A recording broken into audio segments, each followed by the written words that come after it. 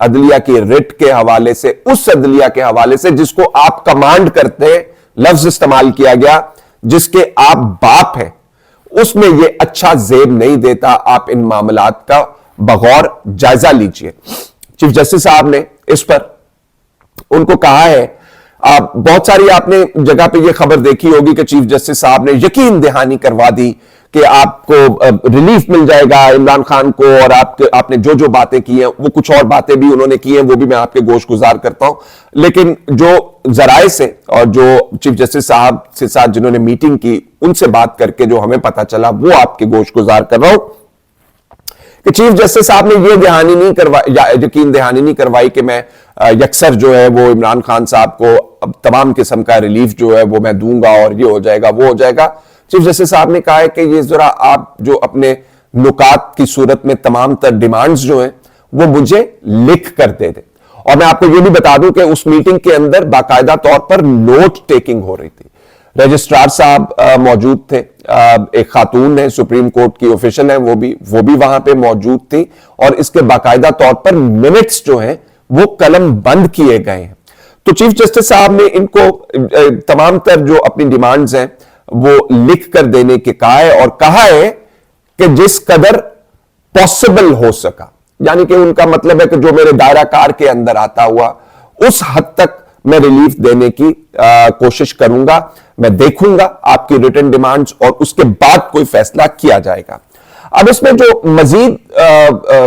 خدشات یا تحفظات کا اظہار کیا گیا ہے پاکستان تحریک انصاف کے وفد سے، اس میں لاپتہ افراد کا ایک معاملہ جو ہے اس کو بھی اٹھایا گیا. پاکستان کے اندر ویسے تو آپ کو پتہ ہے لاپتہ افراد کا جو معاملہ ہے وہ گھسٹتا رہا ہے، لٹکتا رہا ہے. سیکیورٹی کے حوالے سے اس کے اندر بہت زیادہ پیچیدگیاں ہیں، ٹرائلز کے حوالے سے اس کے اندر بہت سارے ایسے معاملات ہیں. نہ سیکیورٹی فورسز آفیشلز کو یہ یقین ہے عدالتوں کے اوپر ہماری کہ یہ ان کو ٹرائی کر کے ان کو کنوکٹ کر کے ان کو سزا دیں گے. تو دوسری طرف سے جب ٹرائل کے لیے آتا ہے تو عدلیہ کا کہنا یہ ہے کہ اس کے اندر شواہد جو ہے وہ ہم کہاں سے لے کر آئیں. تو بہت سارے بیچ میں پولیس کا معاملہ ہے، انویسٹیگیشن کا معاملہ، بہت سارے تحفظات ہیں اس حوالے سے. ٹریڈیشنلی ایک لٹکتا گھسٹتا ہوا معاملہ آ رہا ہے، لیکن جو تحریک انصاف والوں نے معاملہ نہ صرف بلوچستان اور والا لاپتہ افراد کا معاملہ اٹھایا ہے، KPK کے اندر پاکستان تحریک انصاف کے ورکرز کے حوالے سے بھی معاملہ چیف جسٹس صاحب کے سامنے رکھا گیا ہے. اس کے علاوہ انہوں نے یہ کہا ہے کہ جی ہمارے پارٹی کے جو ممبران ہیں، سیاستدان ہیں، وہ تو ایسے ہی ہیں جیسے کوئی للو پنجو ہوتا ہے. ان کو جب چاہے دل چاہے پولیس جو ہے وہ گھر گھس آتی ہے، چادر چار دیواری جو ہے وہ پامال کر دی جاتی ہے، جب جس کا دل چاہتا ہے وہ اٹھا کے تو ان کو لے جاتا ہے. تو یہ سلسلہ تو بند کروائیں. یہ کس قسم کی قانون کی عملداری ہے جس میں ایک شخص کے گھر کی چادر اور چار دیواری جو ہے اس کا برا حال کر دیا جاتا ہے. تو چیف جسٹس صاحب نے یہ تمام معاملات بغور سنے اور ان کو انہوں نے ایک منٹس کی صورت کے اندر تحریک انصاف سے منگوایا. اچھا، اب یہ تو میٹنگ ہو گئی چیف جسٹس صاحب کی پاکستان تحریک انصاف والوں سے. اچھا، جیسے میں پہلے کہہ رہا تھا کہ لگتا یوں ہی ہے کہ یہ کسی ڈائیلاگ کا حصہ ہو جو کہ عمل میں لایا گیا ہے. ایک جو national judicial policy making committee, یہ وہ کمیٹی ہے جو عدالتی اصلاحات کی جس کے اوپر ذمہ داری ہے بڑی بھاری. تو چیف جسٹس صاحب سے جب ہماری ملاقات ہوئی تھی تو چیف جسٹس صاحب کا کہنا تھا کہ میں یہ ڈائیلاگ وزیر اعظم سے میں نے انیشیٹ کیے ہیں، اپوزیشن سے میں نے انیشیٹ کیے ہیں، اس لیے انیشیٹ کیے ہیں کہ میں چاہتا ہوں کہ عدالتی اصلاحات ہو، مقدمات کے اندر جو التوا آئی ہے وہ ختم ہو، لوگوں کا جوڈیشری کے اوپر اعتماد کے اندر بہتری آئے. تو انہوں نے جو اپنا آبجیکٹو دیا ہوا ہے وہ یہ ہے. لیکن یہ تمام تر عمل جو ہے غیر معمولی. کس کے کہنے پہ ہو رہا ہے، کس کے کہنے پہ نہیں ہو رہا، اگلے کسی ویلاگ کے اندر ہم آپ کو یہ بات ضرور بتائیں گے. اچھا، اب جو چیف جسٹس صاحب کی تشویش تھی وہ ان مقدمات کے حوالے سے تھی جو سزائے موت کی اپیلیں جو ہیں پینڈنگ پڑی ہوئی ہیں، یا جو ٹرائلز جو ہیں ان کے اندر بہت زیادہ تاخیر ہے اور ملزمان جو ہیں وہ جیلوں کے اندر گل سڑ رہے ہیں. چیف جسٹس صاحب نے خود ان کے حالات جانے دیکھیں تو اس حوالے سے ان کو بہت زیادہ تشویش ہے، جس کے اوپر تحریک انصاف کے وفد نے ان کو کہا ہے کہ جی دیکھیں گے آپ ٹرائلز کے جو معاملات ہیں اس میں ہوتا یہ ہے کہ ایک جج صاحب جو ہے وہ انیشل آرگومنٹ سنتے ہیں، دوسرے جج صاحب جو ہے وہ دوسرے فریق کو سنتے ہیں،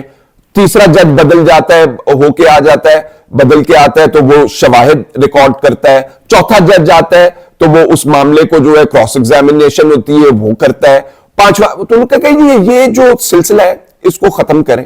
تاکہ مقدمات کے اندر تیزی آئے۔ یہ بھی تحریک انصاف کی طرف سے کہا گیا کہ 26ویں آئینی ترمیم جو ہے اس نے سیاسی طور پر اور عدالتی معاملات کے اوپر بہت زیادہ اثر انداز کیا ہے، اس کو آپ مقدمے کو جو 26ویں آئینی ترمیم کے حوالے سے سپریم کورٹ کے آئینی بینچ کے سامنے جو پڑا ہوا ہے وہ جلد سے جلد لگائیں۔ اور یہ کہا گیا کہ جی جو انصاف یا عدلیہ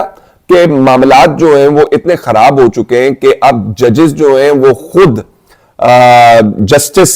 یا انصاف کے متلاشی نظر آتے ہیں۔ تو یہ اسلام آباد کے ہائی کورٹ کے جو معاملات ہیں کائنڈلی ان کو بھی دیکھیں، اور یہ ایکٹنگ چیف جسٹس جو سرفراز ڈوگر صاحب بیٹھے ہوئے ہیں ان کو بھی دیکھیں، یہ بنتا نہیں ہے۔ تو چیف جسٹس صاحب کن کن معاملات کے اوپر اس میں بہتری لا سکتے ہیں یہ وقت آنے کے اوپر پتا چلے گا ہمیں۔ دوسری اہم بات یہ ہے کہ یہ ان تمام باتوں کو چیف جسٹس صاحب جو ہے کس طریقے سے بہتر بنا سکتے ہیں۔ فار ایگزامپل عمران خان صاحب کے جو جیل کے ٹرائل کا معاملہ ہے وہ چیف جسٹس صاحب کے اختیار میں کیسے آئے گا، کیسے نہیں آئے گا، اس کے اندر کیسے امپروومنٹ کی جا سکتی ہے، کیسے نہیں کی جا سکتی ہے، یہ سوالات کا جواب چیف جسٹس صاحب شاید خود دیں، یا پھر کسی صورت میں پٹیشن جو ہے وہ عمران خان صاحب کا جو خط پینڈنگ پڑا ہوا ہے آئینی بینچ کے اندر اس کو لگایا جائے اور اس کے اندر سے معاملات اٹھائے جائیں۔ پروسیس تو چیف جسٹس صاحب نے انیشیٹ کر دیا ہے، بیڑا جو ہے جو انہوں نے اٹھایا ہے اس میں عدالتی، سیاسی اور ڈائلاگ کے حوالے سے تمام تر معاملات جو ہیں موجود ہیں۔ اور چیف جسٹس صاحب کے ساتھ وزیر اعظم کی میٹنگ ہوئی تھی اس میں تو سیکیورٹی کے معاملات بھی ڈال دیے گئے ہیں۔ دیکھیں کس حد تک کامیاب ہوتے ہیں اور کس حد تک کامیاب نہیں ہو پاتے۔ فی الحال اتنا ہی، اجازت دیجیے، اللہ حافظ۔